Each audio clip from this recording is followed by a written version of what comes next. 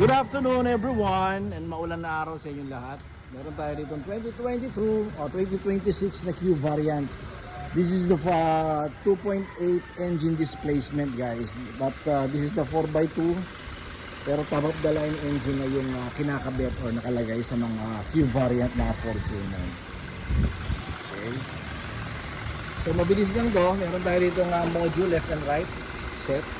Nakakabit natin dito, pero before natin gawin yan, pakita ko na sa inyo yung standard na nakakabit sa mga Fortuner Hilux, Fortuner 21 hanggang 2026 yung standard orientation, right? Kasi meron tayong, kung mapapansin nyo, yung mga VQ, LTD, and GR Sport, meron na siyang, iba na yung design ng headlight na compared dun sa mga previous generation, which is yung 2016 hanggang 2020.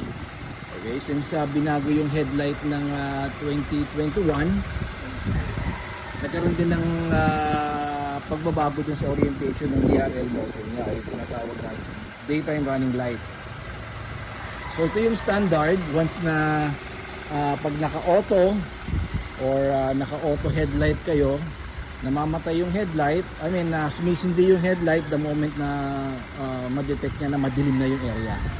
Okay, so pag humahapon na, gumagabi, namamatay na yung headlight. Bumubukas na yung headlight. Okay, the moment na bumukas yung headlight, yung secondary DRL bumubukas na. Okay, so para magkaroon kayo ng reference, check nyo yung mga Fortuner nyo, yung mga 21 model nyo na V, hanggang LTV o GR Sport na variant. So ganun-ganun din to. So tulad nitong naka-start na Q variant sa harap natin, nakabukas na yung secondary DRL niya. Yung DRL sa harap o dito sa headlight nakapatay or namamatay. Alright? So bumubukas uli yan pag naka-auto kayo, pag maliwanag, then namamatay naman ito sa baba. So anong purpose ng DRL module na ikakabit natin sa kanya, which is the plug and play? Hindi na ngayon mamamatay ito. So naka-start yan guys sa ignition on, siyempre.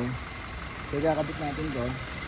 Plug and play lang to guys ha. So ang pagkakabit naman nito, patanggalin nyo lang yung socket ng headlight nyo.